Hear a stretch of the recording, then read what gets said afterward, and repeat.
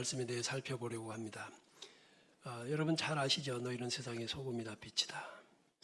아마 이건 교회를 다니지 않은 사람들도 너무나 많이 알고 있을 만한 말씀입니다. 그러면 과연 소금이고 빛인 크리스찬은 얼마나 될까? 이게 문제가 돼요. 그럼 왜 교인들은 소금이 안 되는가? 소금의 역할을 못하는가? 왜 빛의 역할을 못하는가? 교인은 많은데 왜 그럴까?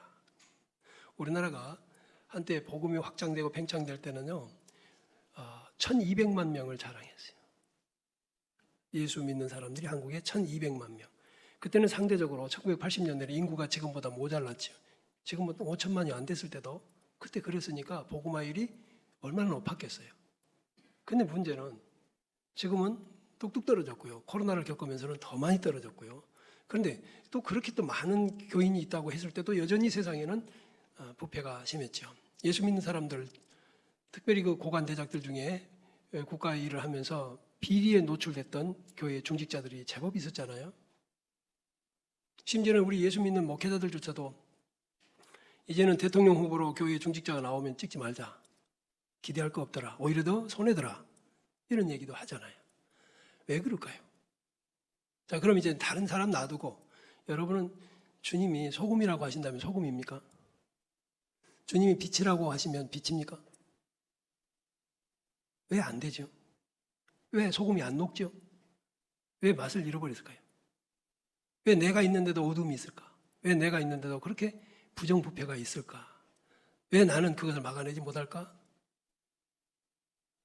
누구 탓일까? 결국은 그것이 하나님이 없는 듯 보여지고 교회 다닌 사람이나 안 다닌 사람의 구분점도 없고, 그래서 여기에 아버지께 영광을 돌리게 하라, 너희 아버지께 영광을 돌리게 하라는 말씀 앞에서 영광이라는 게 하나님 기뻐하시는 걸 말합니다. 하나님 언제 기뻐하시냐? 자신의 뜻이 땅에서 성취되어질 때. 하나님의 뜻은 천사들을 통해서 성취되는 게 아니라 예수 그리스도의 십자가 보혈로 구원하신 이들을 통해서 성취하십니다. 아멘. 그럼 내 뜻이 이루어지는 것을 볼 때 기뻐하실 텐데 그게 하나님의 뜻인데 왜 그럴까? 그리고 말입니다. 이제 이 성경이 쓰여지던 원래의 시대로 가보면 지금으로부터 2000년이 지난 시대를, 그때 예수님은 사람의 몸을 입고 이 땅에 오셔서 자신이 세상에 메시아로 오신지조차도 밝히지 않은 채 어린아이로 태어나셨어요. 그리고 30여 년을 갈릴리 목수의 아들로 저 촌동네에서 사셨어요. 그리고 이제 30여 년이 지난 어느 날 자신을 드러내십니다. 내가 세상을 구원하러 온 하나님의 어린 양 예수 그리스도 메시아다. 그랬는데 소문이 나자 주님은 어디에 계신가가 이제 관점이 됐죠. 그래서 사람들이 몰려오는 거예요. 그래서 여러분 일단 우리가 한번 4장 23절 한번 찾아봅니다. 지금 우리가 마태복음 5장을 읽었으니까 4장 23절로 25절입니다. 자, 함께 한번 같이 읽어볼까요? 시작. 예수께서 온 갈릴리에 두루 다니사 그들의 회당에서 가르치시며 천국 복음을 전파하시며 백성 중에 모든 병과 모든 약한 것을 고치시니 그의 소문이 온 수리아에 퍼진지라. 사람들이 모든 앓는 자 곧 각종 병에 걸려서 고통당하는 자, 귀신 들린 자, 간질하는 자, 중풍병자들을 데려오니 그들을 고치시더라. 갈릴리와 데가볼리와 예루살렘과 유다 요단강 건너편에서 수많은 무리가 따르니라. 아멘. 자, 예수님께서 자신을 드러내시고 갈릴리 저 북쪽 지역에 많은 지역들을 다니시면서 천국 복음을 전파하시고 백성 중에 모든 병과 모든 악한 것과 약한 것들을 다 고쳐주셨어요. 그래서 이거 24절에는 보면 수리아 곧 이스라엘 땅을 벗어난 이웃 나라들까지도 소문이 퍼져서 사람들이 모든 앓는 자, 각종 병에 걸려서 고통당하는 자, 귀신 들린 자, 간질하는 자, 중풍병자를 데려오고 왔어요. 근데 오는 사람마다 주님은 다 고쳐서 회복을 시키시는 거예요. 그러자 25절에 보면 갈릴리뿐만 아니라 저 남쪽의 예루살렘과 유대와 요단강 건너편에서까지도 수많은 무리들이 주님을 쫓아왔다. 자, 그래서 그들을 모아놓고 그렇게 고쳐주신 그들을 온전케 해주신 그들을 모아놓고 주님이 하신 말씀이 마태복음 5장으로 이어집니다. 5장, 6장, 7장은 산상보훈이라 제가 가끔씩 말씀드렸어요. 산상이라는 말은 산 위에서, 지금처럼 어떤 큰 스타디움이 있는 것도 아니고, 그러니까 산에서 모아서 그들을 가르치시는 거예요. 가르치시는 내용이 너무나 보배로운 말씀이 있어서 보훈이라고도 하고 수훈이라고도 합니다. 그것이 6장, 7장까지 이어져요. 근데 오늘 지금 우리가 읽었던 마태복음 5장 13절부터는 그 앞에 마태복음 5장 3절부터 이어졌던 너희는 심령이 가난한 자는 복이 있나니라고 팔복으로 시작했던 그 내용이 끝나자마자 바로 이어지는 말씀이 13절이에요. 그러니까 4장에서 모든 병자들을 고치시고 그들을 모아놓고 그들에게 팔복을 말씀하시고 그것이 끝난 뒤에 너희는 세상의 소금이다 라고 말씀하신 게 이어져 있다 그 말이에요. 자, 여러분, 제가 이 말씀을 복잡하게 이렇게 길게 말씀을 드리는가 하면 왜 예수 믿는다는 사람이 소금이 아니냐, 왜 빛이 아니냐의 문제를 여기서 먼저 밝히고자 하는 것입니다. 그리고 주님은 아직 십자가 지고 죽으시기도 전입니다. 그런데 그때의 그 병자들, 사람들로부터 버림받고 효용 가치가 없고 존재 가치가 없는 그들을 고치신 그분은 왜 너희는 하는 말씀을 쓰셨고 너희는 세상의 소금이다, 빛이라고 하셨으며, 그리고 그 16절에서는 보면 너희 착한 행실을 보고 하늘에 계신 너희 아버지께 영광을 돌리게 하라라고 말씀하실까. 이미 여기서 여러분 우리가 지금 이 말씀 속에서 주목해야 할 단어가 두 가지. 하나는 너희, 그 병고침을 받은 너희. 그 다음에 또 하나는 하나님을 너희의 아버지라고 말씀하시는 거예요. 여러분 하나님의 아버지입니까? 어떤 사람이 하나님의 자녀가 돼서 하나님의 아버지라고 할 수 있을까? 예수님은 이 땅에 오셔서 우리에게 너나 없이 그 대상이 누구든지 간에 그들이 수용만 한다면 하나님을 아버지로 가르치셨어요. 할렐루야. 자, 유대인들은 자기네들만 선민의식에 젖어가지고 그 이웃에 오던 수리아 사람들, 그 다음에 저 요단강 동쪽에서 왔던 모압이나 암몬이나 이런 사람들은 다 지옥의 쓰레기라고 생각했던, 불쏘시개라고 생각했던 이방인으로 취급했어요.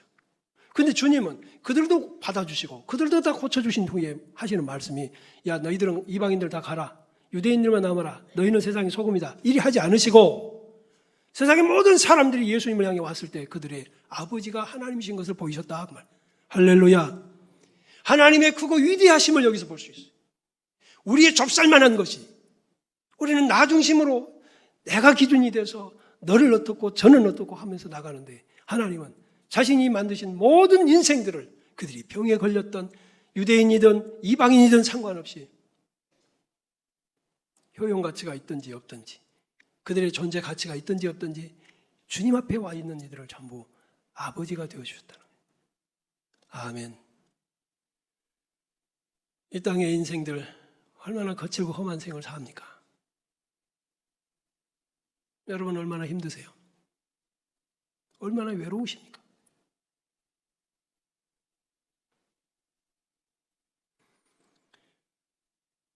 목사도 예외가 아닙니다. 여러분도 예외가 있을 수가 없습니다. 우리가 이렇고 힘든 삶을 살아갈 때 아버지가 계셔 주신다는 게 얼마나 든든한 일인가 하는 거예요. 여러분 혼자 살려고 탕자처럼 집을 떠나는 자가 되지 않는다면, 혹시 떠나 있다가라도 다시 하나님께로 돌아오기만 한다면, 우리가 병이 들어있을지라도 말입니다, 하나님은 아버지가 되어주신다는 거예요.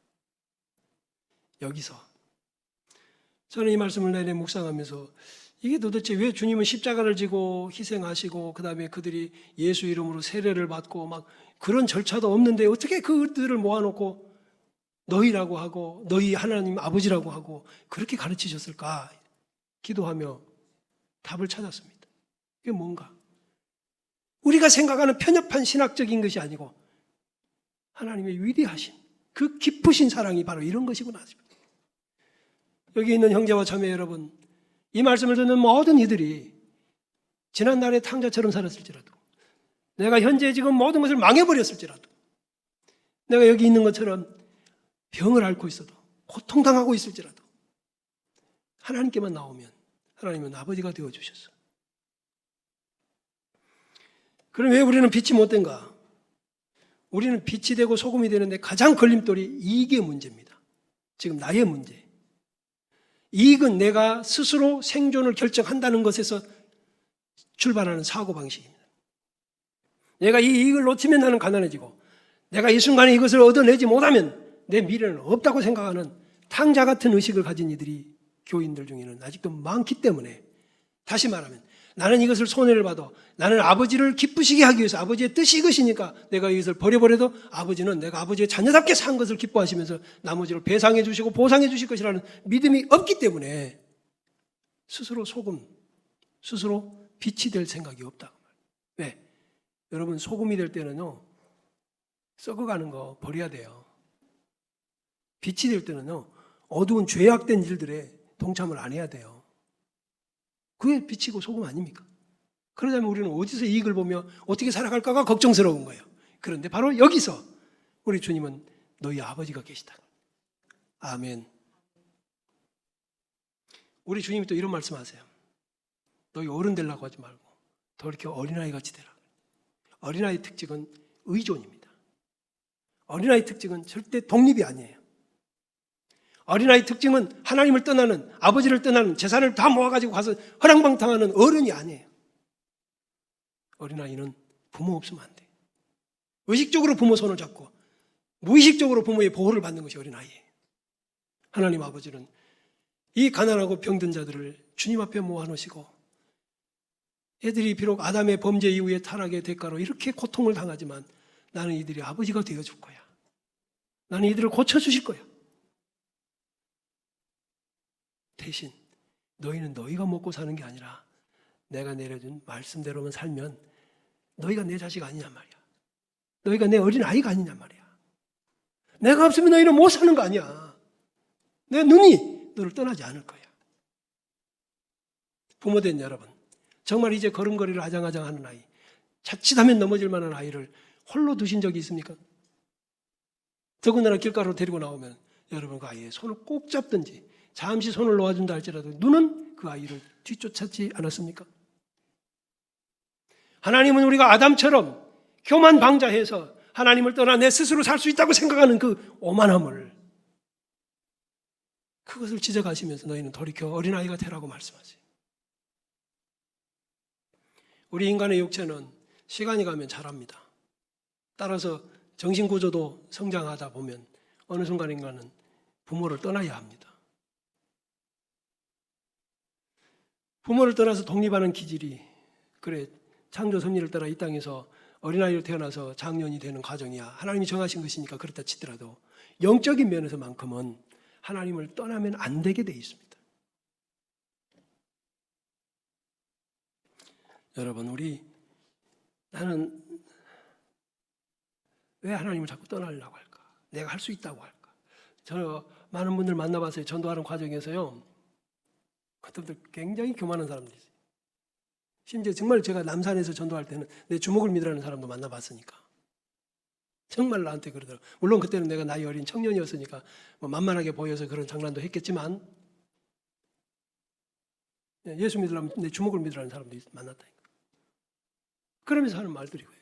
어찌 그렇게 사람이 그렇게 의존적이냐는 거예요. 그렇게 나약하냐는 거예요. 신앙을 가진 게 얼마나 무기력하게 보이나. 인본주의 사상입니다. 그런데 여러분, 그 사고방식에 젖었던 그때 7, 80년대에 제가 만났던 이들이 지금은 어떤 인생의 마무리를 하고 있을까? 여러분, 아버지가 계셔야 됩니다. 아버지는 뭐냐면요, 한다, 해라, 하지 마라, 된다, 되지 마라, 이런 부분들의 결론을 내려주는 거 아버지야. 성경이 그래요. 하라와 하지 말라. 이게 하나님의 말씀이에요. 아멘. 그런데 우리는 꼭 성장한 그 청소년, 불량 청소년들처럼 하라는데 안 하고 하지 말라는 거 하는 거야. 예수 믿는 사람들이. 세상 사람들과 똑같아. 세상 사람들이 하나님 덤빈다니까. 하나님 존재가 없는 것처럼 살잖아요. 1997년 8월 30일에 대한민국에 정말 충격적인 사건이 하나 일어났습니다. 초등학교 2학년, 당시 8살짜리, 이름도 길어요. 얼마나 귀한 아이로 태어났으면 그 아버지가 이름을 초롱초롱 빛나리, 기억하시는 분이 계실지 몰라요. 너무나 충격적인 사건이었으니까. 이 아이를 유괴해서 살해한 범인은 남자가 아니라 여자였습니다. 28살짜리. 그리고 더 충격적인 것은 임신 8개월짜리 임산부였습니다. 또 하나는 아버지가 대단한 분이셨어요. 차관급 공무원이었습니다. 기가 막힌 일을 저지른다. 10여일 만에 잡고 보니까 이미 아이는 지하실에서 썩어서 부패되고 있고, 그리고 나서 그 아버지와 어머니는 종적을 찾을 수 없게 됐습니다. 딸의 행위로 인해서 차관급이면 장관도 될 수 있잖아요. 사라져버렸어요. 사무실의 직원들은 그 전현주의 아버지를 기억합니다. 참 자상하고 좋은 분이었다고. 근데 어떻게 이 딸은 그렇게 살았을까? 그래서 이 딸의 행위로 말미암아 더 이상 사회생활을 할 수 없어서. 근데 그 기사에 보면 그 부모가 이 독약을 사다 주면서 너 이거 먹고 죽어라. 그럼 우리도 따라 죽겠다. 세상을 어떻게 살겠냐. 체포되기 전에 그랬다는 거죠. 저는 그 사연이 우리들에게 시사하는 바가 크다고 생각합니다. 지금 하나님 우리 아버지가 과연 우리의 아버지로서 자랑스러우실까?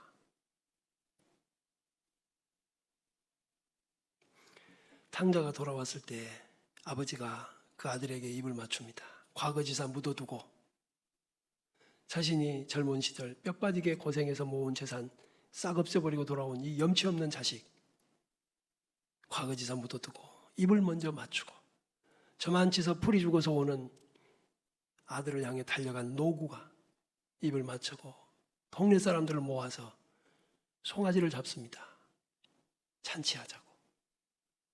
동네 사람들은 그 아이가 있는지 없는지 상관도 없지만 아버지는 날이면 날마다 동구 밖을 응시하면서 이 아이가 돌아오기를 기다리고 돌아올 걸로 믿고, 동네 사람들은 잔치에 초대받았을 때 어떤 생각을 했을까요? 왜 갑자기 그 집에서 잔치를 할까? 그 하인들이 가서 그들을 초청하면서 하는 말, 주인님의 둘째 아들이 살아 돌아왔습니다. 그래, 살아 돌아온 것 때문에 이웃들이 잔치를 합니다. 함께 기뻐하면서. 그런데 이 아들은 돌아올 때 어떤 생각이었냐? 내가 아버지의 재산을 다 탕진했으니 염치가 없어. 근데 여기서 살 방법이 없어. 여기서는 아버지를 떠나서는 아버지만큼 나를 생각해 주는 이가 없어. 그래서 그곳에서 하다못해 목숨이라도 연명하기 위해서 돼지 치는 사람들에게 그 노역이라도 하면서 밥벌이라도 하려는데 그것조차도 넉넉지가 않아.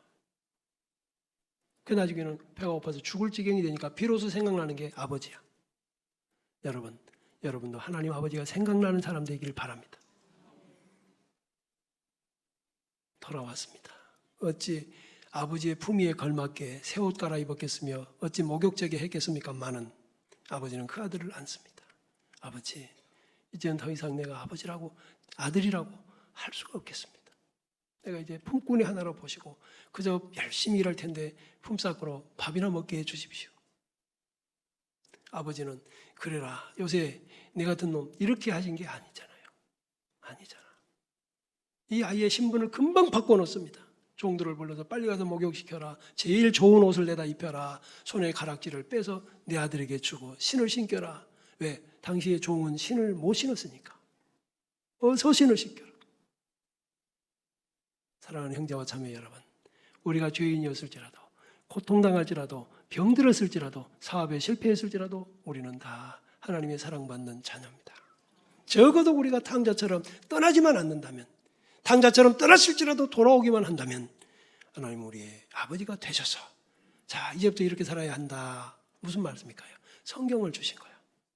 이게 아버지가 자녀를 위해 주신 것인데 너는 이제 이 뜻대로 살아야 돼. 그러면 쫓겨나가 아니라 이대로 사는 게 네가 또다시 탕자가 되지 않는 길이야.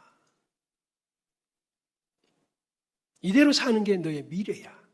이대로 사는 게 너의 풍성한 생명이야. 아멘. 하나님의 말씀은 우리를 얽어매는 것 같지만 그것은 얽어매는 건 우리가 그만큼 타락한 소욕이 많기 때문일 뿐이고, 우리가 매우 은혜받고 경건하여 살면 하나님의 말씀은 너무도 내게 행복을 위한 울타리가 된 줄로 깨닫게 되는 겁니다. 그때 탕자가 와가지고 기회만 되면 또다시 나갈란다. 그건 가짜 회개고 진짜는 아버지가 비록 나를 아들로 세워주시긴 했지만 나는 도저히 아들의 권세를 다 누리기는 너무나 죄송해. 권세를 누리는 것 자체가 너무나 감격해. 그래서 더 아버지를 사랑하고 아버지의 자녀답게 살았으리라고 믿습니다. 왜? 그게 사람이거든. 그게 사람이야. 여러분, 탕자는 그렇다 치면 우리는 뭐죠? 에베소서 2장 1절 이하에 보면 우리는 허물과 죄로 죽었었다고 하나님이 선언하셨어요. 탕자의 아버지가 이 내 아들은 죽었다가 잃었다가 다시 찾았다 살았다 하는 표현을 하는 것처럼 하나님께서는 지금 갈릴리 해변에 찾아왔던 그 수많은 사람들이 허물과 죄로 죽었던 이들이지만 예수로 말미암아 살려낼 뿐 아니라 저와 여러분들도 지금 그와 같은 은혜로 살려내시고 아버지가 되어주신다. 아멘. 그럼 이제부터 소금과 빛을 어떻게 사냐? 아까 말씀드렸어요. 왜 우리가 소금이 못되냐? 왜 빛의 역할을 못하냐면 그 순간에 이익의 문제가 걸리기 때문이에요. 항상 우리는 이익의 문제가 걸려요. 왜냐하면 이익을 챙겨야 내가 살 수 있다는 거예요. 이익을 챙겨야 내 미래를 보장할 수 있다는 것 때문에 그래요.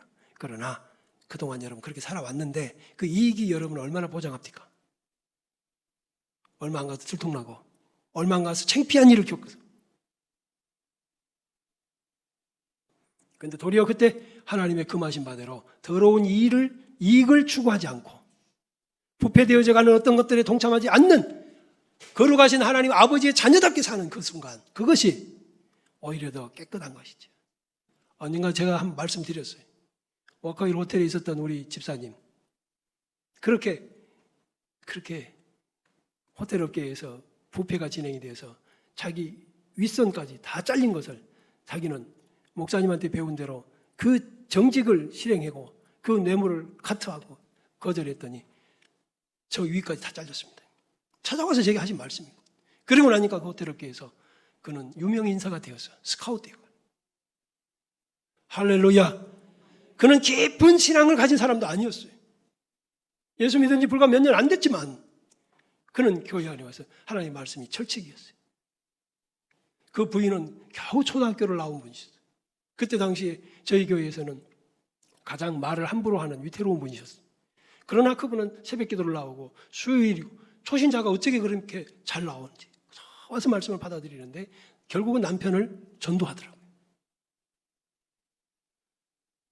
여러분, 먹고 사는 것 때문에 소금의 직분을 포기하는 일 없길 바라요. 그러면 하나님 아버지가 되어주실 것입니다. 왜 아멘 안 합니까? 여러분, 소금의 직분 못하면서 예수 믿는 사람이라고 하지 마세요. 더러움에 노출되어서 함께 살면서 예수 믿는다고 하지 마세요. 왜? 그건 아버지의 이름을 더럽히는 것이지 아버지께 영광 돌리는 게 아니니까.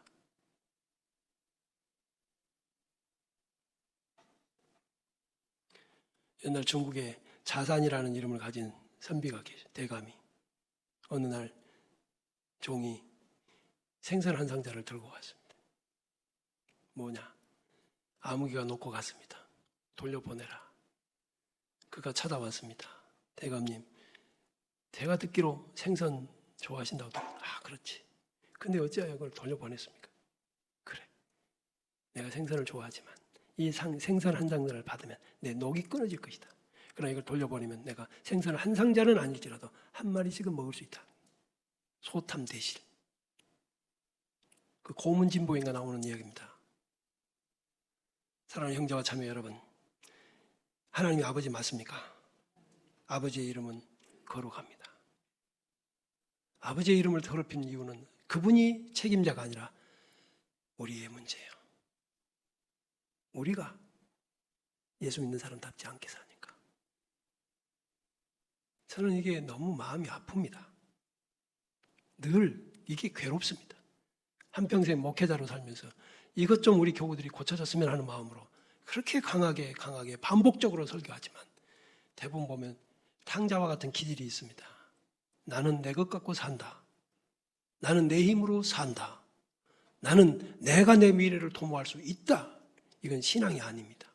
아버지와의 관계가 이게 아니에요. 이건 어린아이가 가질 생각이 아니에요. 어린아이는 하나님을 의존해야 돼요. 아버지를 의존해야 돼요. 과연 그렇습니다, 여러분. 우리는 땅에서만의 미래가 아니라 죽은 이후의 미래도 아버지가 책임지지 내가 책임지는 게 아닙니다. 할렐루야. 우리는 우리의 미래를 내가 책임지는 게 아니에요. 땅의 것은 혹시 몇 년 것까지는 가능하다 할지라도 천국까지는 아닙니다. 어떤 인생도 그럴 수는 없습니다. 이 가운데 혹시 부모님과 사이가 좋지 않은 분이 계십니까? 그런 상태가 만족스럽습니까? 그런 상태에 행복이 있습니까? 하나님 아버지, 그분과도 사이가 안 좋은 분이 계시다면 회개하셔야지. 혹 육친의 부모는 부모님이 잘못된 판단과 결정을 내려서 섭섭함이 있을 수는 있을 수 있겠지만 그럴지라도 부모님이니까 하나님의 말씀은 공경하라고 하시잖아요. 그렇게 하세요. 손해를 봐도 왜 재산을 나는 이렇게 조금만 주시나, 나머지 부분은 하나님 아버지가 채워주실 거라고 믿고 부모님께 순종하고 형제에게 화목하고 하시면 그게 바로 어린아이 같은 모습인 거예요. 나는 하나님 아버지를 의지하지 세상의 것을 의지하지 않는 거예요. 탕자는 과거의 죄송한 일을 마음에 두고 남아 있을 겁니다. 어찌하든지 내가 누리고 있는 것이 깜짝깜짝 놀랄 만한 감사하고 감격이고, 그래서 종들보다 품꾼들보다 더 열심히 아버지를 섬기고, 그러나 그게 억울하지 않고 그것이 행복하고 콧노래를 부르면서도 할 수 있을 것이에요. 예수 믿는 게 왜 힘드냐? 예수 똑바로 믿으면 절대 힘들지 않습니다. 관계가 제대로라면 절대 힘들지 않습니다. 예수 믿는 게 재밌는 거예요.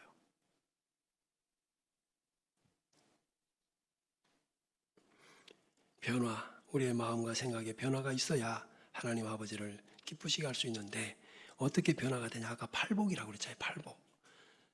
심령이 가난한 자는 복이 있나니 천국이 저희 것입니다. 예수 믿는 사람들은 심령이 가난해져서 내 힘으로 사는 게 아니라 하나님 아버지의 힘으로 은혜로 산다 하는 그거예요. 그게 온유한 자, 사납게 다투고 훈련되지 못한 기질로 그저 이것저것 빼앗고 훔치고 그리고 다투는 삶이 아니라 베풀어주고 남겨주고 양보하고 사는. 왜 그러냐면 아버지가 그렇게 하지 말랬으니까. 그럼 아버지 하나님이 지켜보고 계시다가 단 한 번도 눈을 띈 적이 없으신 그분이 네가 그것을 왜 슬며시 넣는지 알겠다. 내게 순종하는구나. 내 뜻대로 살려고 하는구나. 다른 사람들이 다 움켜쥐는데 너는 펴는구나. 아버지가 책임져 주시는 거죠. 그게 신앙생활의 재미요. 그런 걸 날마다 누려보시기 바라요. 하나님이 없다 하지 마세요. 하나님이 없다 하지 마세요. 단 한 번이라도 하나님을 순종하고 살았다면 우리는 그 말을 못하게 돼 있습니다. 하나님은 살아계시다. 하나님은 살아계시다. 요한계시록 1장 3절에 이 예언의 말씀을 읽는 자와 듣는 자와 그 가운데 기록한 것을 지키는 자는 복이 있다 말씀하셨어요. 오늘 이 말씀을 듣는 여러분이 복이 있기를 바랍니다. 이 말씀을 들었으니까 또 그 다음에 이것을 지키는 자로서 복이 되시기를 바라요. 복 중에 복이 하나님의 아버지 되시는 거예요. 있어야 할 거 다 아시잖아. 우리 어렸을 때 똥오줌 못 가렸어요. 부모가 다 책임져요. 그 어렸을 때에 부모가 우리를 버려버리면 죽는 거예요. 그때는 더 부모님의 관심이 많았어. 하나님 아버지가 여러분 중에 단 한 사람도 외면하지 않을 줄로 믿습니다. 우리 하나님은 주저없이 너희는 내 자녀다. 너희의 고통당하는 건 나는 마음이 아파. 그래서 고쳐주고 싶어. 돌아오라. 네 힘으로 사는 게 아니라 돌아오라. 내게 맡기라고.